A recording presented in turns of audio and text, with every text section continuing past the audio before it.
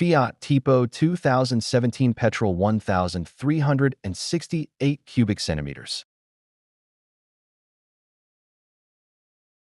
Where to check the fuel pressure?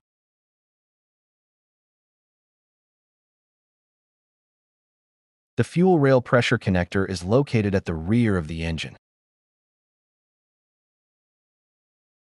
It can be seen as shown above.